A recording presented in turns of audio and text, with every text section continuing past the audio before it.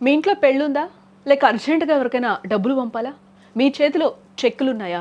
అయితే ఇప్పుడే అలర్ట్ అవ్వండి. ఎందుకంటే 4 రోజుల పాటు మీ బ్యాంకు గేట్లు తెరుచుకోవు. అవును, మీరు వింటున్నది నిజమే. వచ్చే వారం వరుసగా 4 రోజుల పాటు దేశవ్యాప్తంగా బ్యాంకింగ్ సేవలు నిలిచిపోనున్నాయి. మీ జేబులో పైసా లేకపోయినా, అకౌంట్‌లో లక్షలున్నా, ఆ 4 రోజులు మీరు ఏం చేయలేని పరిస్థితి నెలకొంది. సాధారణంగా పండగలకు బ్యాంకులు సెలవులుంటాయి. కానీ ఈసారి సెలవులతో పాటు సమ్మె సెగ కూడా తోడైంది. జనవరి నెలాఖరులో బ్యాంకింగ్ వ్యవస్థ పూర్తిగా స్తంభించిపోనుంది. జనవరి 24 అంటే 4వ శనివారం కాబట్టి బ్యాంకులకు సెలవు. జనవరి 25 ఆదివారం సాధారణ సెలవు. మరి జనవరి 26 రిపబ్లిక్ డే సందర్భంగా జాతీయ సెలవు అందరికీ.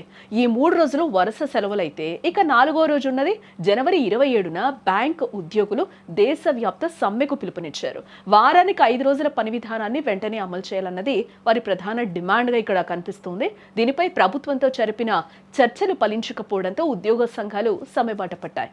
ఫలితంగా శనివారం నుంచి మంగళవారం వరకు వరుసగా 4 రోజులు బ్యాంకింగ్ సేవలకు బ్రేక్ పడనుంది.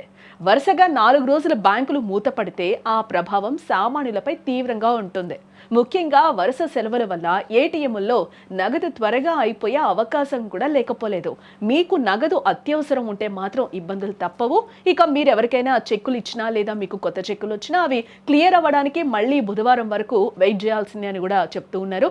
కేవలం చెక్కులే కాదు, మీ లోన్ వాయిదాలు లేదా ఇతర ముఖ్యమైన బ్యాంకింగ్ లావాదేవీలు ఉంటే ముందుగానే ప్లాన్ చేసుకోవడం చాలా బెటర్. ఇప్పుడు డిజిటల్ పేమెంట్స్ అలాగే యూపీఐ నెట్ బ్యాంకింగ్ సేవలు అందుబాటులో ఉన్నప్పటికీ బ్యాంకింగ్కు వెళ్ళి నేరుగా చేసే పనులు ఉన్నవారు మాత్రం తీవ్ర ఇబ్బందులు పడే అవకాశం ఉంది.